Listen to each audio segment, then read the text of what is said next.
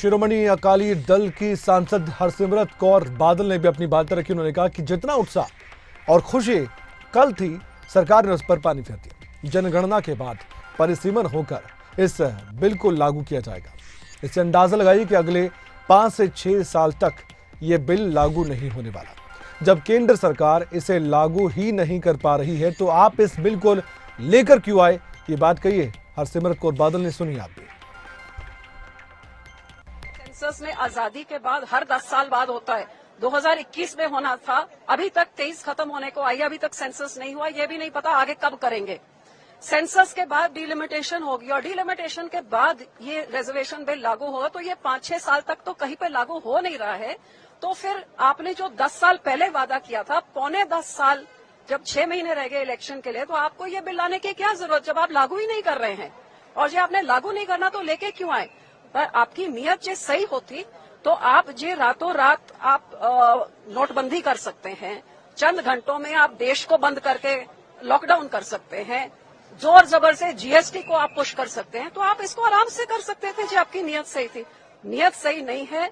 जैसे 75 सालों थे और जब से ये पहली बारी रिजर्वेशन बिल की चर्चा हुई है, ये मेल डोमिनेटेड पार्लियामेंट ने औरतों के साथ धोखा किया और आज भी एक धोखा ही। सरकार की नीयत पर मायावती ने भी सवाल उठाए हैं। महिला आरक्षण बिल पर बीएसपी की प्रमुख मायावती ने 5-6 साल नहीं बल्कि कह दिया कि इस बिल के मुताबिक तो आने वाले 15 से 16 साल तक देश में महिलाओं के आरक्षण वाला बिल लागू नहीं होगा। इस बिल के पास होने के बाद इसे तुरंत लागू नहीं कर रही है सरकार। सबसे पहले देश में जनगणना करवाई जाएगी और इसके बाद सीटों का परिसीमन भी करवाया जाएगा। ये तो हम भी जानते हैं कि इसमें काफी साल लग जाते हैं और यही मायावती ने भी कहा, जनगणना में काफी समय लगता है और इसके बाद ये बिल लागू होगा।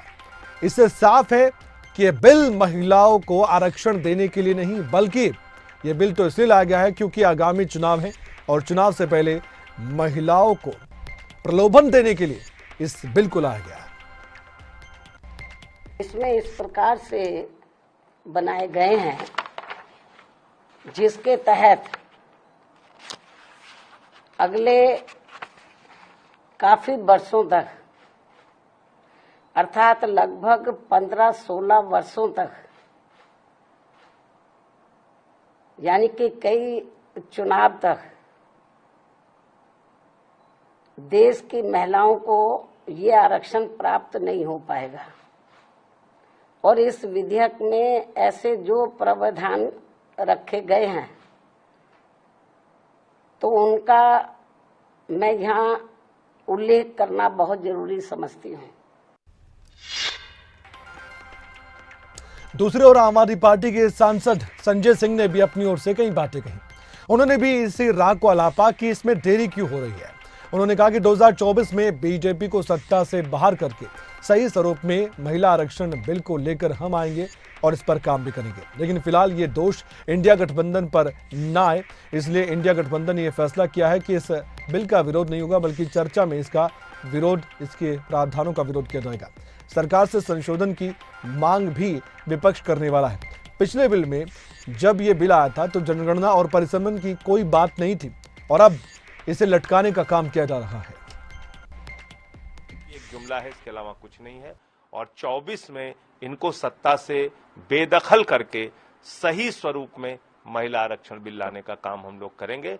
लेकिन फिलहाल ये दोष इंडिया गठबंधन के ऊपर ना आए, इसके कारण से ये फैसला हुआ है कि हम लोग समर्थन करेंगे।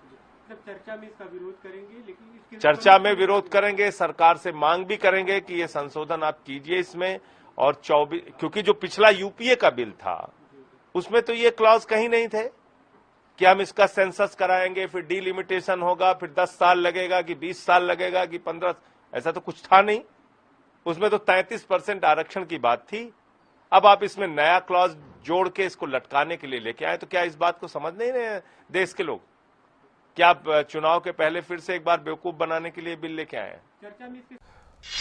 लेकिन बात तो दूसरे मुद्दों पर भी हो रही है। कल आपने एक तस्वीर देखी थी अधीर रंजन चौधरी की, हाथों में उन्होंने संविधान की कॉपी ले रखी थी। राहुल गांधी भी उनके साथ खड़े थे।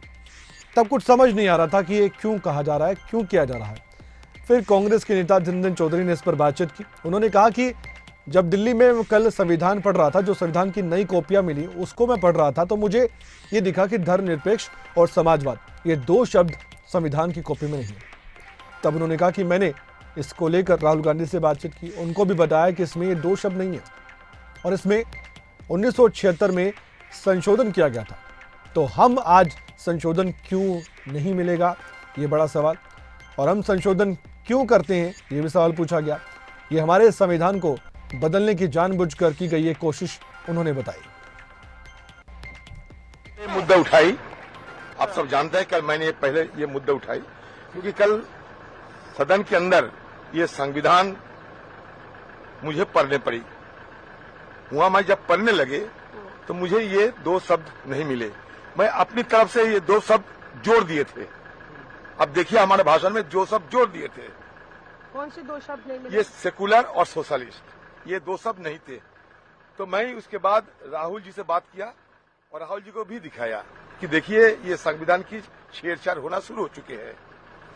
तो किसी ने कहते थे कि ये जब शुरू हुई थी हमारे संविधान की, उस समय की ये भावना है 1950। ठीक है, हो सकता है, लेकिन 1976 में अमेंडमेंट हुई थी। तो आज अमेंडमेंटेड क्यों नहीं संविधान में मिलेगा? जो अमेंडमेंट क्यों करते हैं हम लोग? अमेंडमेंट करते हैं इसलिए कि अगले तारीख से वो अमेंडेड वर्जन हमें मिलेगा, इसलिए हम करते हैं। इसमें मुझे लगता है एक सोची समझी तरीके से हमारा संविधान को बदलने की जो कवायद हमें बाहर सुनने को मिलते हैं, वो इसको दर्शाता है कि हाँ, कुछ छेड़छाड़ करने की आयास तो है, कुछ छेड़छाड़ करने की संभावना है। तो सांसदों को दी गई संविधान की नई प्रतियों में समाजवादी और धर्मनिरपेक्ष शब्द न होने के दावे पर दावा हम इसलिए कह रहे हैं क्योंकि इस कॉपी को पढ़ा है अधीर रंजन चौधरी ने, उनका दावा है। उन्होंने कहा है कि इसमें ये दो शब्द नहीं है। नेशनल कॉन्फ्रेंस के प्रमुख और जम्मू कश्मीर के पूर्व मुख्यमंत्री फारूक अब्दुल्ला से भी इस बाबत सवाल पूछा गया। उन्होंने साफ तौर पर कहा कि मैंने ये पढ़ा नहीं है, जब तक मैं पढ़ूंगा नहीं इस पर कुछ ज्यादा बोल नहीं सकता। आज लेकर पढ़ूंगा, उसके बाद टिप्पणी करूंगा। देखिए, मैंने कुछ भी नहीं देखा है। जब तक मैं देख नहीं सकता हूं, मैं आपके सामने बयान नहीं कर सकता। Today I will take that copy from them, I will have a look at it and then only I can comment. लेकिन उसमें हटाया गया है, ये आरोप है, दो शब्द नहीं अंग्रेजी में। देखिए, मैंने आपसे गुजारिश की ना कि I have not seen it. I didn't get the copy yesterday. So today when I get the copy, I'll tell you about it. Stand on women's reservation bill. I think it's a wonderful bill. For a long time, 15 years we've been waiting for women to get their right. Only thing I say, OBC should also be included in that. That's the only thing. All women must get power.